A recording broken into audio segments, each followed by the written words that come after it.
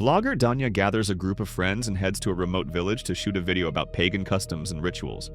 But once they arrive, they find more than just good content. They find their deaths. One by one, they're brutally dispatched by some evil forces. The slasher genre has never really taken root in Russia. There was a time when filmmakers actively tried to make it work, but those efforts never produced any meaningful results. Nearly every Russian slasher carries a red rating on Kinopoisk and is buried under negative reviews. At the same time, horror cinema has been enjoying a worldwide renaissance, so it was only a matter of time before Russian filmmakers took another shot at conquering the genre. Mora looks like Russia's answer to Ari Aster's Midsummer, although the filmmakers themselves go out of their way to reject the comparison. Their argument is simple. Aster made an intellectual film full of metaphors and deeper meanings, while Mora is just straightforward entertainment for a fun evening with friends. There's absolutely nothing wrong with that approach. A horror movie doesn't have to be profound, it just has to avoid being boring. Unfortunately, that's exactly where Mora sinks into its own swamp. What should have been a simple, transparent slasher gradually turns into a confused mess.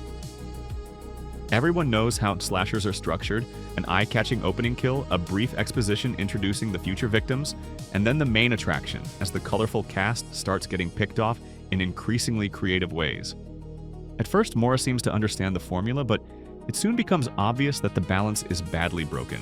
The actual killings don't begin until roughly half an hour before the finale, and everything that fills the first half of the movie can hardly even be called exposition. It's mostly filler, with the characters neither revealing who they are nor developing in any meaningful way. They simply waste time through random, often illogical behavior. Formally, the film's protagonist is Daniil, the blogger, and the script tries hard to convince us that he's a complicated, morally ambiguous character. On one hand, he's a stereotypical modern influencer willing to do anything for likes and shares. On the other, he's supposedly a genuinely good guy who cares deeply about his childhood friend. Ironically, Daniil ends up being the least likable person in the entire cast. It's also difficult to emotionally invest in him because of the casting. Andrey Martynov, who is primarily known as a real-life blogger, built his public persona around sarcastic videos. He simply doesn't project the warmth or sincerity the role demands. To the filmmaker's credit, the rest of the casting is much stronger. The supporting roles are filled by rising stars of Russian cinema, many of them genuinely talented and charismatic.